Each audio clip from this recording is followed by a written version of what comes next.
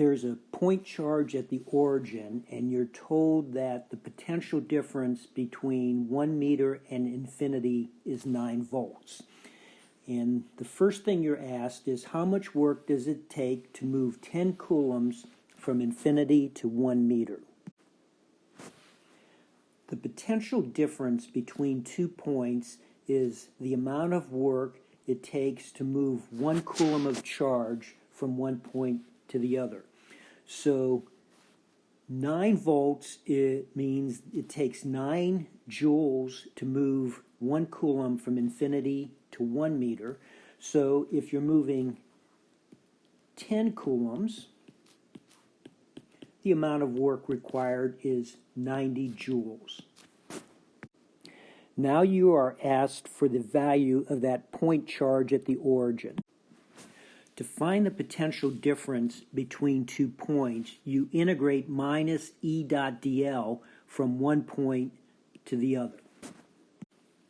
For a point charge at the origin, we know that the electric field intensity is the value of that point charge over 4 pi epsilon sub 0 times r squared, and it's in the radial direction.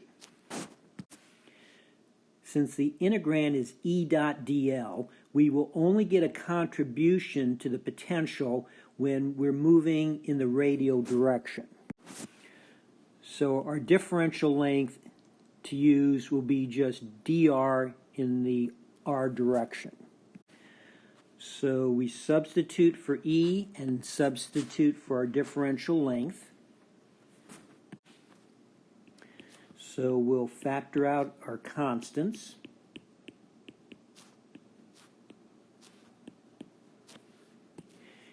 AR dot AR will just be 1. So our integrand will be dr over r squared.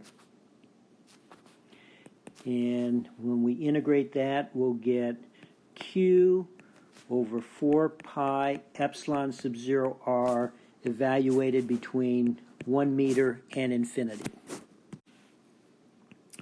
So we'll end up with Q over 4 pi epsilon sub 0 times 1 over 1 meter minus 1 over infinity, which will be Q over 4 pi epsilon sub 0 times 1 meter.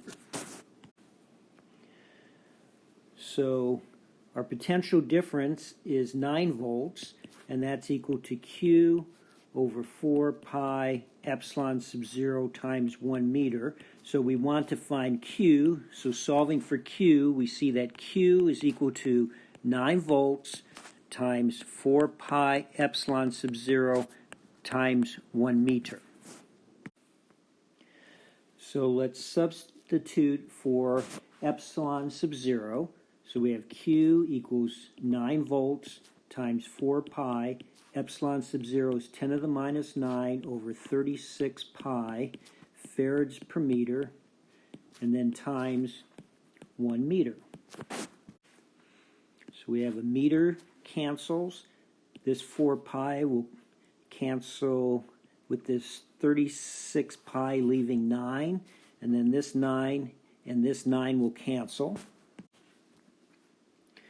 So we have 10 to the minus 9 volts farads. A farad is a coulomb per volt. So we're left with 10 to the minus 9 coulombs, or 1 nanocoulomb for our point charge.